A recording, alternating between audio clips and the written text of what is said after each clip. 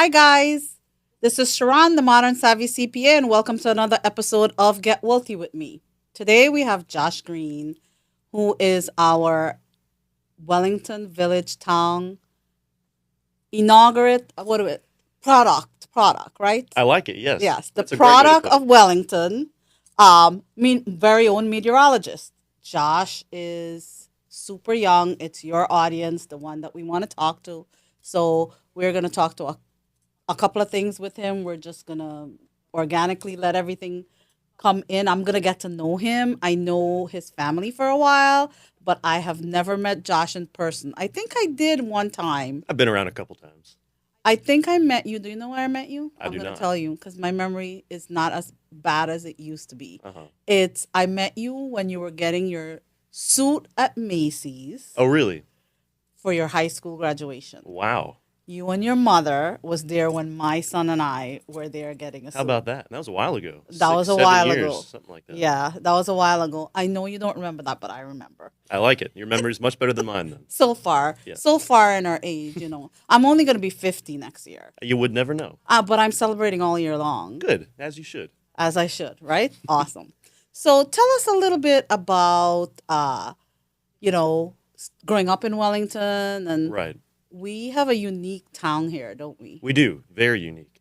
And I never really realized that until I got out of it, Because, we take trips and stuff like that, but I'd never lived anywhere else besides Wellington. Right. So, living in Tallahassee for a while, and obviously I'm still there, and just kind of meeting people from other places, you kind of realize, how fortunate we are to live here and how, what a great place it is and how unique it is, obviously because of, you got polo and equestrian and things like that, but the fact that it's just you still get that small town kind of feel while you're in a major metro. Yeah. I think that's kind of a unique situation that we're in. Yeah, I mean, I like it. We moved here 21 years ago. My younger son was born here. Right. And my older son was 2, so this is all they know. And my son actually went to UCF. Okay. And he was dying to go there. He dying to go to UCF.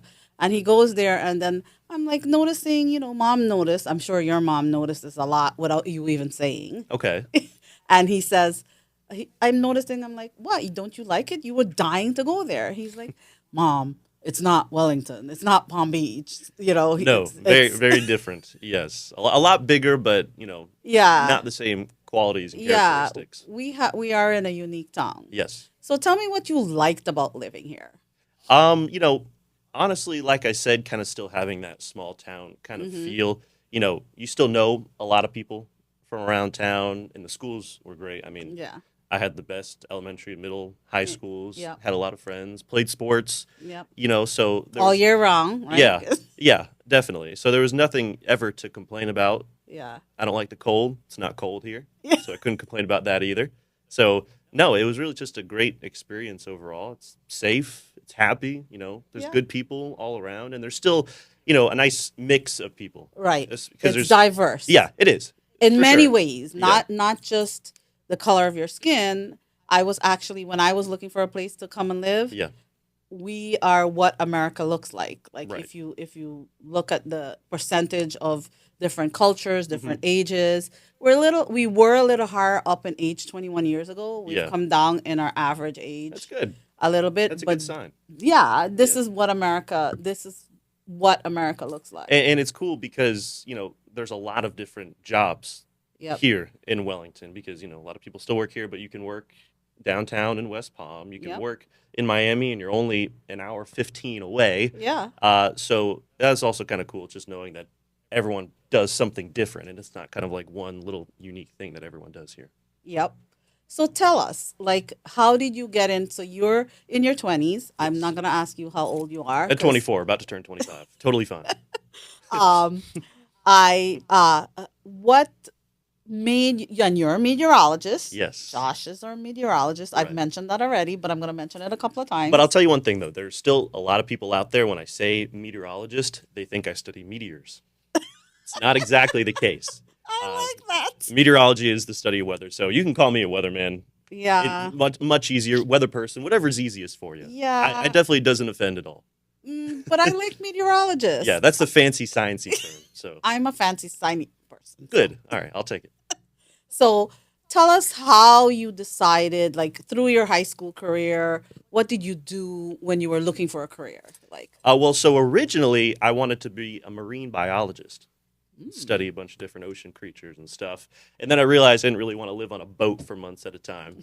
So you that one wanted to kind see of, people a little bit? yeah, that Yeah. one kind of went out the window. And I was a lifeguard here at Yeah. the local Yeah. pool for a couple years in high school. So one of my favorite things was really just kind of like hanging out and, on my break, obviously, not while I'm making sure everyone's safe, but just kind of seeing, the weather patterns and everything changing throughout the day. And I think that's kind of when it clicked at some point in high school that I said, okay, this is something that I want to do.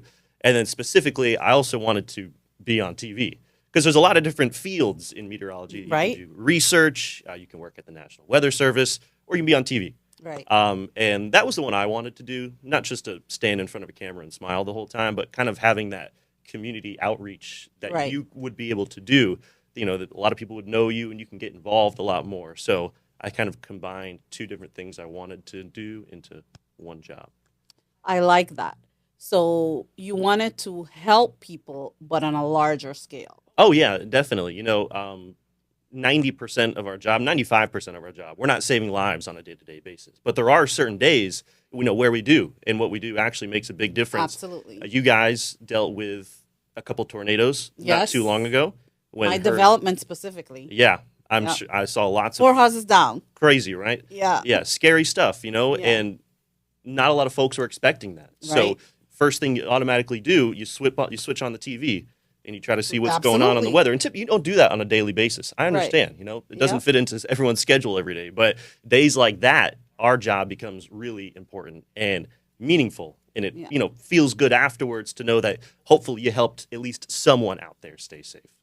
So let's get into that a little bit. Let's get into helping people. So I sense you and I have a lot of things in common. And one is the point of helping people, Right. right? So in society, careers that are thought about as helping professions are usually healthcare or armed forces and things like that. Automatically, when you think of someone that works in healthcare, even if they're working as a hospital administrator, Right. you think of them as in a helping profession. I'm in finance and you're in weather, Hmm. and people don't think of our professions as helping professions. But my thoughts are is that when you're in any profession could be a helping profession. Right. It, I it agree. it depends on what you want What to you do need with help it. with. Yeah. Yeah. And what you want to do with it, right? Like you just don't want to sit in the back office and analyze the weather. You don't want to be a weather analyst on the side. Right. You want to be more in the community and doing more outreach and help in that way. Yeah, definitely do. And you mentioned things like firefighters and paramedics and things like that. Obviously, yeah, a little bit more important for sure. But like you said, all of us kind of help in some way. You go to the grocery store and the person checking you out, they're helping you. Right? You go to the Right? gas station, the attendant's helping you there. Yeah. So everyone helps in their own way. And the way that we do is, number one, on a day-to-day basis. People Right. wake up in the morning. What am I wearing today? Is it going to be cold? Is it going to be hot? Is it going to rain? Do I need an umbrella? Okay, we're helping you a little bit there. Then there's obviously other days where you need a little bit more help when you get like that severe weather, things like the tornadoes and the hurricanes and things like that. But you mentioned as well, just kind of helping out in the community. It's just nice to, go to school visits, go talk to the kids there and give a Right. little presentation. And we let them go and use the green screen and kind of show them what we do and try to inspire the next generation that way. So there's really, a bunch of different ways that we can kind of get out there and try to help in our own way. You're also helping in other ways. Like for example, for me, I people don't think that finance is a helping profession. I think that finance is part of your whole life, right? Right. So it affects you whether you want it to or not. And the point of you using it to i- in a way to help yourself, or it can be detrimental to you, or it's your choice. Your choice is not whether it's in your life. It's in your life. Your choice is which path are you going to take. So that's where I feel I can come in as being I can help you take that path to financial freedom. You have a choice on which path it is, no matter how much money you make. So sometimes, to me, with your profession, right, if somebody goes out and they get wet or they it could spoil their whole day. Their Definitely could. emotional and mental That's right. Yeah. being is like gone. So I think of it like that. It's like all of these things that happen during our day affects everything. It intertwines. So I think that's one of the ways that you're helping. Yes, definitely. And with the weather, it'll maybe impact their day, and they'll wake up and everything will be fine. But with money, the way that you're managing, that could impact them for the rest of their lives. And it's definitely a skill set that not everyone has. I certainly don't. I rely on someone to manage my money for me. In terms of investments and stuff. I'm not good with stocks and things like that at all. So, I have someone else do that for me, someone that has the knowledge that you do. Well, I mean, so all of us need to be a little bit good with money. I'm good with money, but I would like to know more on how to handle it correctly. And yeah, I can budget. I budget great. I'm not a big spender. I don't need a lot of things. But in terms of putting it in the right places, I Yeah. don't know a whole lot about that. Well, so there are different levels, right? So you're already more than halfway there. One is you have the mentality that you can always learn, Right. right? Which I have that mentality. I'm good with money, but I always fall off the wagon once in a while. That's okay. Like 2 weeks ago when I went to Sawgrass and I went to the Louboutin store. Yeah. Let's They not got talk all the about nice that. stores down there. But so we all have that. We all have. It's not like it's a journey and it's a slow moving journey, Right. right? So we don't. It's not like, oh, I'm good with money and you stop there. There are so many different aspects. Mhm. For example, I had another guest on the show, right? And she was a hedge fund manager, Okay. and she retired at 45 because she made enough money. Wow. I know. How nice is that? I missed a profession somewhere, I right? think I did as well. But she knew a lot, and she was able to tell us a lot about the financial markets, hedge funds, stocks, bonds, but she never touched real estate. Right. So, which I'm from an immigrant family, and in our culture, you invest in three things: education, gold, and land. Okay. And land, real estate. So when Yeah. you come here, the first thing is you want to buy a house, Mhm. right? So Especially down here. especially down here, yes. And she never really touched real estate, and we started talking about that. And there's so much that she doesn't know about real estate. So Right. although she's super good with money, Hmm. which I could learn more about hedge funds and all the stuff that she's doing, Yeah. I could teach her some stuff about real estate. And that's when because connections become very important because you that- can help each other learn and grow. but that's what I'm saying. In society, you could never think that you know everything, right? So yes, we might be overachievers in our own way, thinking that we're inadequate in a certain place, but there's still so much more to learn. So whatever it is, and you don't have to know everything. One of the things that I think that a lot of people think with money, well, I don't know anything about investing, so I'm never gonna do it, right? Right. Or I don't want to touch that. That's how we get scammed. Yeah. Okay. We get scammed that way because if you don't have your foot in the mud a little bit, Hmm. that you have an idea of what's going on enough to know when something is going wrong, then you're going to get scammed. So my ideas when it comes to money and when it comes to finances is understand and educate yourself overall. Right. Like know a little bit about everything. That would be nice. It's definitely something I do need to do. Right? So I'm gonna give you a task Okay. to learn a little bit, watch our podcast and our YouTube, Mhm. and learn a little bit about the parts of finance that you're not just a little bit. Yeah. Like, and then just keep educating yourself a little bit at a time. Like I really used to have somebody manage my money too Right. when it comes to the financial markets. Because when I was younger, I tried to do a little bit myself. And from immigrant families, don't like if my dad had said to me when I was saving my $3 in the bank in 1980 something, Uh-huh. hey daughter, why don't you buy a Disney stock or something like that? Oh my gosh, I'd be really good right now. Oh, for sure, definitely. And there's in 20 years, someone's going to say the same thing about some random stock that's out there right now, but we have no idea. But you guys, right? Your generation, Gen Zs and millennials, are a lot more in the financial markets. You're not afraid of it. First of all, it's not just the uber wealthy that has that anymore, Right. right? You can open a Robinhood account or a Yeah. Schwab account or whatever. Like my two kids, My youngest, we started him at 15, and I put him in an account. I put my name, and I showed he's been playing with his couple of $1,000s. So he's learning about the market. Right. That doesn't mean he should be managing all his money. Hmm. It just means he should be learning. Yeah. It's My a foot in the door, at least. Yeah, and my older son, we did the same thing, but we started him with a Roth IRA, and it was a self-managed one, and that's how he learned about the market. Okay. Whereas a lot of us don't even think that that's accessible to us. So I'm not telling you that anybody out there to start managing all their money. I actually think money managers do a better job at that. I just think that you guys should, Be aware. yeah, What's- and have your little play money. Right. Have a little account with a couple of $1,000s where you're testing things out. Because you guys, your generation is super fascinated with the financial markets. Yes, I would definitely say that. I have a lot of friends that are a lot more into it than I am. Yeah. They know what they're doing, and really the only way that I've been able to learn anything is, like you said, watching YouTube videos and Yeah. listening to podcasts and things like that. They don't teach us anything in school about it. Yep. They teach a lot of stuff in K through 12 that I will never use again, and a lot of folks will never use again. But something important is that they don't touch on it at all.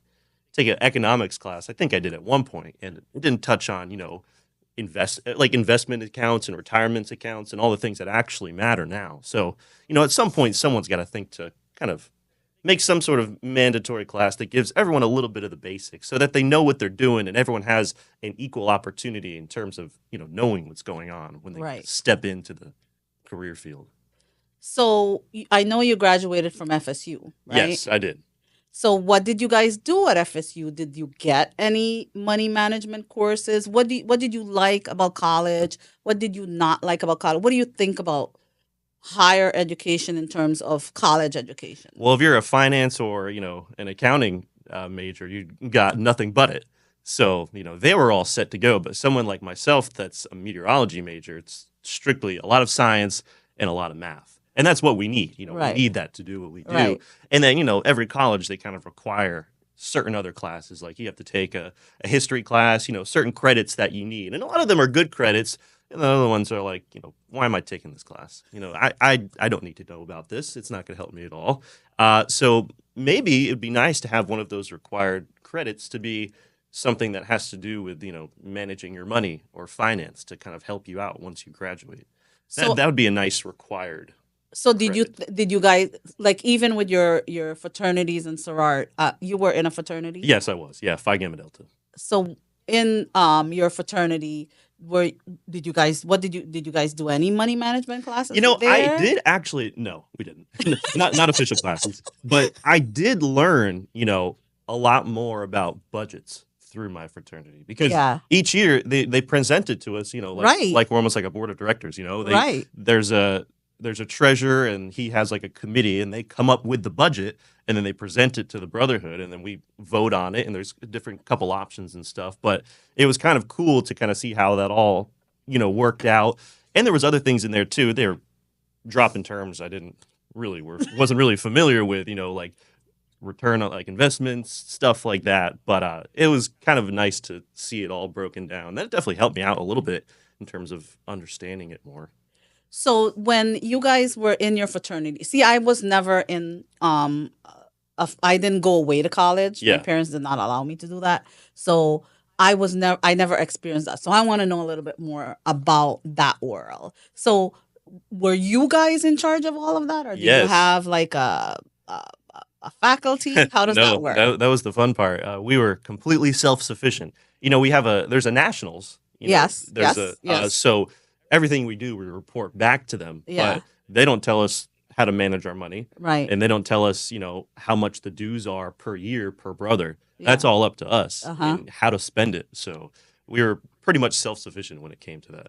That's pretty cool. Yeah, so That's a good way to learn about money. I It think. came in handy to have like those finance and accounting majors in Oh. brotherhood, because those they covered that part. So I was like, Oh. hey, if you guys think it's good, I'm good.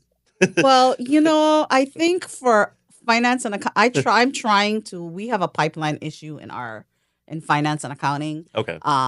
It's very hard to find people because we don't have a good reputation in the accounting and finance field, because we have the reputation of working younger people and then they get burnt out. Yeah. And I see how that has happened. I left my corporate job Hmm. to work with my own, have my own little thing because of raising my kids. So I understand that, and I think it's an issue. That's why we're having less and less people that are interested in the fields. But for me, you can, with a bachelor's degree, you can do a lot, which Yes. in a lot of professions that's not the case. And they say AI is going to take it over, but they think AI is going to take everything I over. know. And I think they'll say that for a long time. Yeah. Well, they said computers were going to take everything over in Yeah. our generation. Right. Me and your mom's generation. No. They said, "Oh, computers are going to take it over. You don't need accountants anymore. You don't need this anymore." Still going strong. Yeah. I do think, what do you think about AI? What do you think in terms of the weather and your profession and things Well, like that? here's the thing. It can maybe one day, like 5, 10 years down the field or something like that, it becomes accurate enough to where I'll be like, oh, okay, like this is doing a good job. If you open your phone and you just click on the weather app that's already installed, a lot of the times it's not very accurate. Yeah. It does a good job on days where there's not a lot going on. If it's sunny and 75 out, it's probably going to be spot on. Yeah. But definitely down here in South Florida, where you get hit or miss showers Yes. randomly, it doesn't do a good job at that at all. So the AI still has a while to go in terms of forecasting. But in terms of the human aspect, it's such a big deal on those really important days. Yes. When the tornadoes came through and you turn on the TV, would you rather see someone, talking to you in a language that you understand, or have some robot that's just reading blankly, tornado warning in this place for this amount of time? Or you can have someone, like myself or your local meteorologist that can actually talk to you like a human and be like, hey, this tornado is going through the Binks neighborhood right now. So if you live here, go ahead and get inside, get to a safe place, let your family know, let your neighbors know as well. You're not going to get that from it's just an automated message. You're gonna get, so my thoughts on AI, and it's very controversial. Everybody has their own thoughts on AI. I like that some of the mundane tasks that I'm gonna have to do and I've had to do. Like, I'm not a big writer, like Right. Like organizing my thoughts. I could spill it all out on paper, but organizing it will take me more long to do that. Like, it'll take me an hour to spill maybe 5 pages out. Yeah. But organize it will take me a whole day. Right. So I think that it helps me with that. So it helps me save time that way. But that doesn't mean that I can ask somebody to write my thoughts or whatever. So I do think that if used, everything in moderation, that's my belief. Oh, right? for sure. Yeah. And with AI, I do think it'll help with some of the mundane tasks, so you can spend more time on the more analytical things that you Yeah. need to do with the weather and the human aspect of it. Oh, definitely. You Yeah. know. And I've heard a lot of stories even from my friends, that work in different industries, that, how much it helps them out. Right. Just, like writing things, Yes. like, oh, it'll do it for you real quick. In terms of ours, it's not going to help me out much Yeah. at this time because, I go in the morning, I forecast, I put in all my information, I make some nice graphics, and I talk about it. Right. So there's not much room for, AI to help help me you. out. But in other industries, absolutely. And I don't see why not, as long as they know. Yeah, moderation. Yeah. Right? Moderation. So let's go back to college. I kind of want to talk a little bit about that. So one of the things that I'm very passionate about is the student loan crisis Okay. that we have. Right. And I think that for generations we're putting a Band-Aid on things. So for example, when I went to school, my high school never talked to us about financing for college. They were very particular about which school we should go to. Mm-hmm. I was in a medical program then. Okay. But so obviously they wanted us to do that, but most of us didn't end up doing that. Right. But in any case, they were all about which school they're sending us. They wanted to put on their resume, the school's resume. They've sent the child to Brown. They send a child to Columbia. I grew up in New York, so all the fancy schools that they wanted to send us to, but nobody ever talked to us about the cost of the school, what career we're going to go into. You don't even have to pick a specific career. If you're interested in math, or you're interested in science, or you're interested in accounting. Yeah. Like, even in accounting, there's 20 something different careers now. Very true. So, and you don't even have to do math in accounting if you're an auditor, Yeah. right? So it's just exploring the different options in the different areas. We never did any of that. So if I feel like if we did some of that in high school, Right. then try stuff out, then maybe we can know what we don't like. I agree. You know? Yeah. No one taught us in high school what a student loan is. Right. Not at all. No one. Even up to when you're going to college, right? Yeah, we have Like, to rely solely on our parents to like guide us through that and explain to us, what this all is. right. And I mean, for parents, even for a finance person, even that part is confusing Yeah. because filling out the FAFSA form is confusing. Yeah, To me, it's not. I've heard that term for so long, and I've never even bothered to understand it or learn what it means. Right. Luckily, I have parents and mom that are good with that stuff Right. and can handle it, but not everyone has that. Not most people so, don't. So I don't think it's fair. Most people don't. Yeah. I mean, most people don't, and then most people they get lost in the cloud. Right. Right. So when you don't know where to go for something, everybody's always saying everything is accessible. Everything is accessible. I have a kind of twist to that. Everything is out there. Who it's accessible to varies. Yeah, everything's there, but it doesn't mean you know how to use it Or how to access it's so clouded out there. Mm-hmm. How do you dig through the mud to find it, I right? agree. And one of the things is with the student loans. So my thing is like, I know that there was this law that wanted to forgive parts of student loans. And when I started researching that for one of my videos that I was doing, 80% of the forgiveness would be for students that didn't even graduate because they probably gave up some along the way because Yeah. it's, so why would you so my thing is I don't understand the the methodology with how we're approaching kids with college, and I kind of wanted to know what maybe some of your friends. I know your parents, right? So I know your mom, she had college funds. We have Florida Prepaid down here. Yeah. We have Bright Futures. We Right. have really good system down here, and still you can get in trouble if you don't have all the things that I just mentioned. Right. And one of my goals, which I know because I've spoken to your mom about this, was her not having student loans for the first 4 years of school. So, but not everybody has that. Not everybody's done that. And kind of like I want to get your ideas about your friends, where or your classmates. How were they dealing with that type of thing? Yeah, I mean, I have a lot of friends that will have to pay off their student loans for a very long time, and some of them, it's a big investment because some of them went on to be like dentists and things like that. Right. And hey, they're going to make enough money to pay those off eventually. But not everyone gets into a big money job. Right. They could still love it, just like I love mine, Mhm. but it doesn't mean you're making a whole lot of money. So it's going to take a lot of time to pay off those loans. And I understand. Let's like trying to cancel it out for people after the fact. But why don't we try to do something before they begin college to try to Right. minimize the debt that they're going to have to carry on afterwards. I feel like that would probably help the problem a little bit more for years to come. Absolutely, I 100% agree with you. You're younger than I am, so in my day, I know that at some point they did cancel student let. So they keep putting these band-aids Mm-hmm. on when it gets too bad, Right. and then it doesn't solve anything. Yeah. So this is kind of like my issue. I talk to my women's group on my team when we're working with things. I'm like, it's okay to have a critique. I don't want to call it a criticism because I don't want people to come and complain to me about something. Yeah. It's okay to have a critique, but come with a solution. It might not be the right one, but at least come with something. Right. No. Right? Absolutely. But I feel like we're just going around in this circle, and it's getting worse and worse because college is more expensive. Yeah.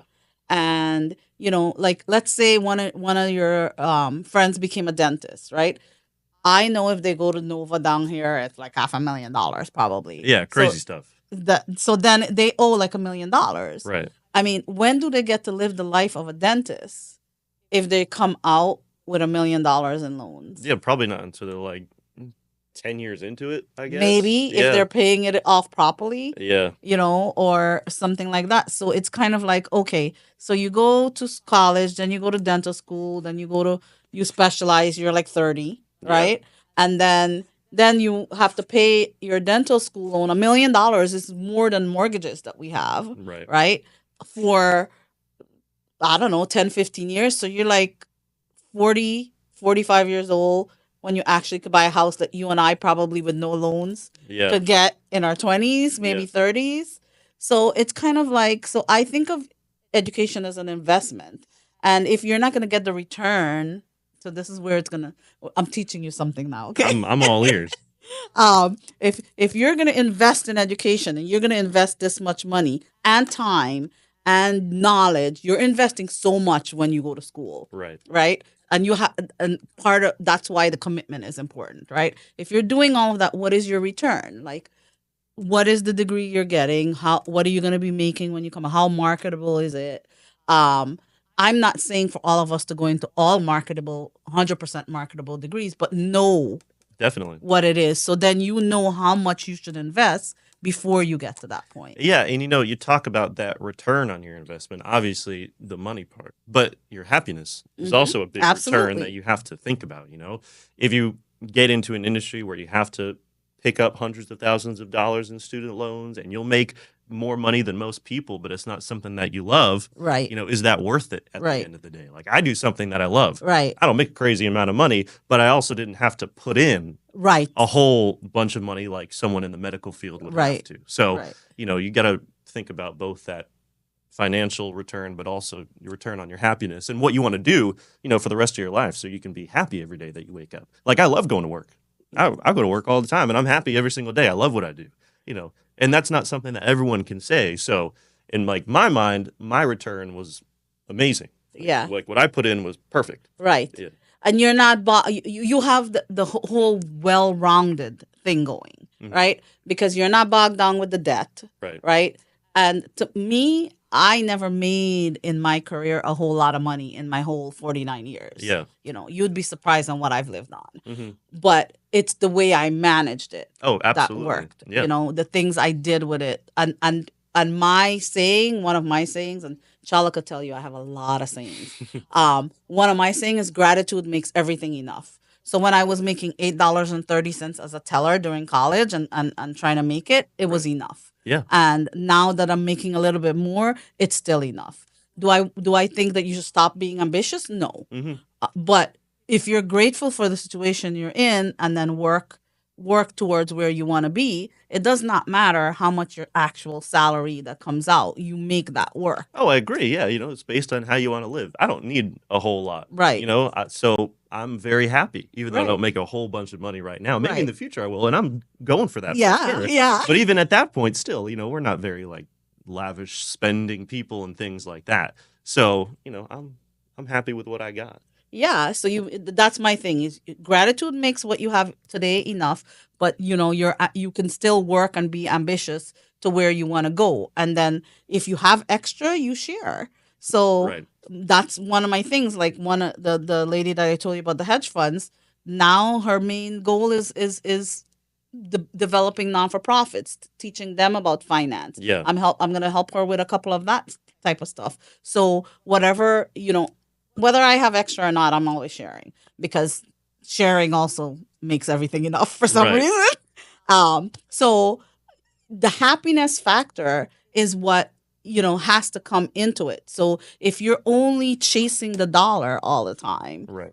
that's not going to make you, No.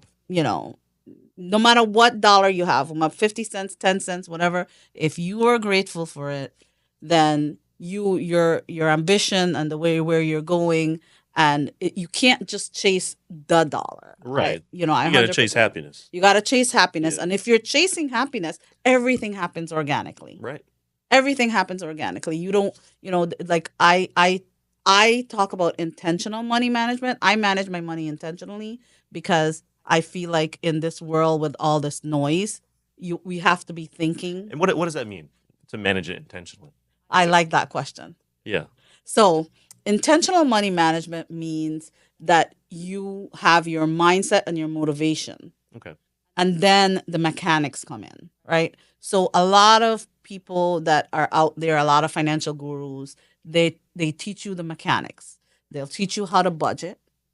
They'll teach you how to read stocks and do all these different things, and you're getting the mechanics. Sometimes when people are deep in problems, Mhm. especially maybe with credit card debt and stuff like that, they need to be that way. But I think of that as like a strict diet. Right. What happens when you do a binge diet? What happens? What's a binge diet in terms of? Like if you're like starving yourself and Oh you're yeah, like, you okay, can't keep it it's for a not while. sustainable, Yeah, right? yeah. It's the same thing I've with tried it. money. Tried it multiple times.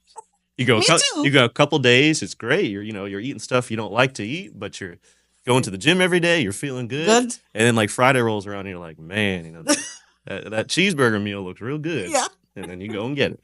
And you go and get it. Yeah, So that's the thing, is that if you try to restrict yourself too much, yeah, it's with money too. That's how I feel. Mhm. It's not sustainable, right, right? So you can't live a life of restriction or where you feel like, and in both ways, there are people who are so cheap they hold on to the dollar and it makes them feel better. right. That they think that that's their happiness. Mhm. And then there are people who think that the things that the dollar buy makes them happy. So if they buy a car, they think that that's going to bring their happiness, or they keep chasing that thing that they Right. think is going to be making them happy. Happiness for me is within me. So, it has to serve me in some way. So intentional money management is thinking about everything you do. So when you're spending, you think you know why you're spending. Right. So before I do a budget, or I do like work with someone with a budget, Mhm. I don't just sit there and have them put stuff down and say, okay, this is what my budget is. I have them track what they did the last 3 months. That's a lot. I like that a lot better because everyone, we can all sit there and be like, I want to spend $400 on groceries this month. But Yeah, like, but it's not realistic. what did you spend last month? Yeah. A couple months before. Can And you why keep did that you up? spend that? Like, Yeah. right? So I believe in using credit cards. Mhm. And if credit cards are used properly, it is one of the wealth building assets that we have. I'm not a debit card user because I don't think it's safe with Mhm. all the fraud that happens. Right. I also don't think that it gives you the protections that a credit card would give you. Yeah. So if you buy something with your credit card, especially some of the credit cards I have, they have insurance if you get scammed by the merchant, or if they didn't bring your stuff or something like that. So that's one of the reasons I don't use debit cards. Yeah, and I'll tell you one thing about credit cards is this all goes back to how we're learning things now. I learned everything about credit cards on YouTube. Everything. They didn't teach us a lick in Yeah. school about how credit cards work. It was so hard for me to I'm smart enough. Yes. I'm a degreed scientist. I'm Yeah. smart enough, all right? I got a little credit. But I could not wrap my head around the concept of a credit card, how it worked at all. Took me a long time, but finally I was like, okay, I understand it now. And now I love them because you just use them, but you just pay it off right after you use it. Exactly. But you get some extra points along the way. You get It's- the extra points. yeah. They have benefits. All my credit cards, I use Amex a lot. Yeah. I pay my credit card off every week. Yeah, me too. I make a payment every week. Tuesday's my day. Tuesday's your day. Yes, it is. Oh my gosh, I love it. Yeah. And that's what I told my son. He's like, Ma, when he got his first credit card, when should I pay my bill? I said, pay the bill when you get paid.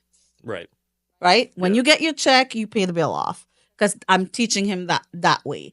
And so my thing about the credit card though is that it helps you to understand. You can download all that information into your app, Mhm. and it even helps you categorize now. So That's there's true. no Yeah. excuse. You don't have to sit there with cash and a pen and piece. And I'm not a big cash person Mhm. because cash is not trackable. You can't track what you did with it. If you go to the grocery store and, I know a lot of people believe in the cash stuffing, they put it in an envelope. And so I don't believe in that because that doesn't teach me anything. Right.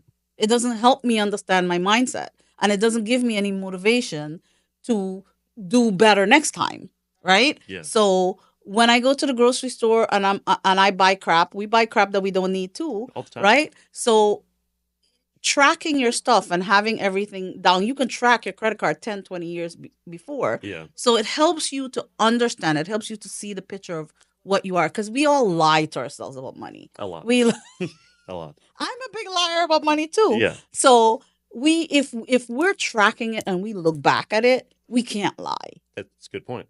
We can't lie, right? Mhm. We can look at it. And then my thing is that gives you freedom. So I'm going to look at the last 3 months, right? And I'm going to be like, all right, I'm looking at the last 3 months. What did I do? Did I want to spend $500 on Starbucks? Right. I did it, but did I do it intentionally? Hmm. How much things do you think we do intentionally? Not a whole lot. Not a whole lot. Yeah. So now I decide, if I don't want to spend that money, because you have a certain amount, right? Our check, what we make if we're a salaried employee is a certain amount.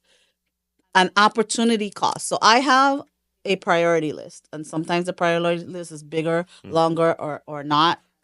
But number one can only be number one, Right. and number 10 can be number 10. So you can't have five number one. Hmm. So if your vacation fund is number one, then and you spend $500 on coffee a month, you're eating into your vacation fund, or you're Yeah. eating to the housing fund, or you're eating into something else that you want.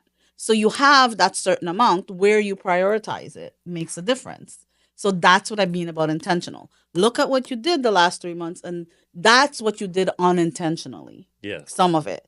So now decide how you're going to work your budget based on what you did. No, definitely. And I like looking at it, month to month. And I have like a little Excel sheet, and I have, each little category, and then I can go back to my credit card receipts on my phone and just, put it Look all at in. it. But the most helpful thing is looking at the month prior, seeing like, okay, where did I What- spend too much in? Mhm. Because that can help you make, I guess, an intentional decision Right. for the next month and say, okay, we're going to cut down a little bit in that category. And there's ways to that aren't too hard. No, and then you don't even think about cutting it down. You think about, okay, I can make my coffee at home, right? Yeah. I'm not telling you never to drink Starbucks. I'm Right. just telling you not to drink it every day because it Mhm. costs $7 a pop, Yeah. right? So if you want to prioritize other things in life, if your happiness is a Starbucks every day and you do not want to Well, then it's worth prioritize, it, yeah. then that's your thing. Yeah. But make that decision intentionally. Hmm. Right? And realize that if that's what your happiness in, you can't want to have happiness in 10 different things, because this takes away from all the other stuff. Right.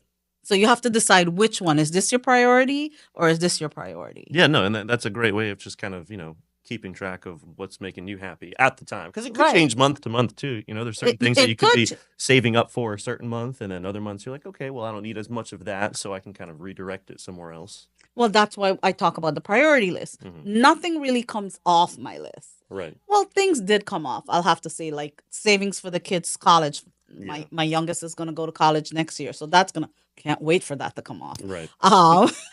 And buying my first house, that came off the list. But retirement is always on the list. My retirement savings, my Yeah. vacation fund, food, whatever, all the other necessities are Mhm. on that list. But certain things move up and down depending on the month, the year, the time. Yeah. So nothing comes off. People are like, oh, I can't afford that. I said, that's not your priority. Right. Right. If it's your priority, you can afford what's your priority. It might take you 10 years, 20 years, years, but you choose what you want to spend Yeah. your money on. So that's what I mean intentionally. You look at what you did, and then you say, did I want to do that? And then if you don't, you change it. Right. It's such a little simple term too. But there's a lot that goes into it. So So did you like that term? I do like that term. And this is another thing, hopefully they can kind of sprinkle in and kind of teach kids, before they're coming out, kind of terms like that to So that's one of my goals in 2025. Is one of my goals is actually to reach out to the fraternities and the sororities. Oh, and that do is a some good talks idea. with them. And maybe one of my other goals is, one of my other nephews actually told me this. He said, "Why don't you reach out to the fraternities and the sororities and find other kids that might want to be ambassadors for the Modern Savvy CPA, that you can give them a course that you're doing, or you can give them guidance personally, and they can find groups that might be interested in learning more about money." I'll tell you what, just like any other business or corporation, the fraternities, especially the sororities, are always doing really good things. But the fraternities, we're looking for good things to have, that we can be like, hey, look what we did. And we can show our nationals and we can post it online and we can present it. Because, when potential new members are coming through, everyone wants to have fun in college, Right. party, all the good stuff that we offer. But There could be alcohol in the budget. yeah, Of course, there need to be alcohol in the budget. Actually, no, there is not. Well, maybe under the line. I would have no idea. But no, You plead the fifth? yes, I do. I definitely do. Having that kind of way to get in there and do something good in a Greek organization like that, they would eat it up for sure, and it would actually be really helpful too. I was like, the guys would love it for sure. I know I would have loved something like that, to have someone come in. We had a few people come in and talk about things, but nothing, financially kind of like that. So Yeah. I'm all in for that. I think it'll do great. We're All gonna go right. like FAU, Well, Miami. we're starting out. We have a couple. They just finished my media kit. Okay. So when that's gonna go out this semester, and it's gonna go out to a bunch of colleges. Oh, good. So at first I thought maybe speaking to administration, but I don't. I'm disillusioned with the No. administration in schools. Yeah, don't do it. Yeah. Go straight to the president of the fraternity or sorority. Of sorts. Yeah, they can handle it, and I'm sure they would love it. So when I do get some of these talks, you're gonna come and be a guest speaker with me. Oh, I'd love to. I've been waiting. I've been waiting to go back to my fraternity and talk to them about it, but they haven't extended the invite yet. So All right. Yeah. So when we get off the air, you're gonna have to tell me what your fraternity is. all right, And put me in the contact of the person, you got it. and I'm gonna contact them personally. And Sound- then when I go there, you're coming with me. Sounds like a plan. So thank you for being on the show with me today. I hope you will come back. And Thank you for having me. I was very happy to come in. I actually learned a lot too, That's awesome. so I appreciate it. And we'll have to stay in touch so I can kind of Yeah. ask you some questions along the way. I am personally gonna take care of you Yeah, anytime you Good. want. I'll give you a personal forecast then. No worries. I like that. Do you know that's the last thing we're going to talk about? One day I was in church in Mhm. Palm Beach Gardens. This is about 20 years ago. And we're sitting in church, and it was like Holly Drive in Palm Beach Garden, and church is here, and on one side it was sunny, Mhm. and on the other side it was freakishly raining Right. like crazy. Pastor was giving sermon. Yeah. Nobody's listened to Pastor. Everybody just kept Mhm. looking. Pastor had to incorporate that. But that's us living in Florida, right? Yes, it That's is. why it's the most interesting state for you. Yeah, no, especially here in South Florida, in Central Florida too. It's peninsula, so we got Yeah. water that surrounds all three sides. So the way that we get rain is when you get winds that blow off the ocean. So all of a sudden, you got winds coming from two different directions, sometimes three different directions from a big body of water, and you get little showers that pop up in random spots. It doesn't need to be all cloudy. That was and like blue magic to all me. day. Yeah, that is the magic of Florida weather. That's why I love it, and that's why I aim to stay in the state for a while. So one of the things I'm going to end our conversation with, and we could go on forever, Oh yeah, is that I am very impressed that you are someone who loves the career that you're doing, Mhm. and you are grateful, and that's what's making everything enough. And I cannot wait to see where you go. Oh well, thank you very much. I appreciate that. And you're gonna be where you're gonna go is come back on our show when you're down here. Exactly. Right? Right. Yeah. The opportunities are endless, but no, I'm very much looking forward to it. Awesome. Thank you, Josh. Thank you. Thank you, guys.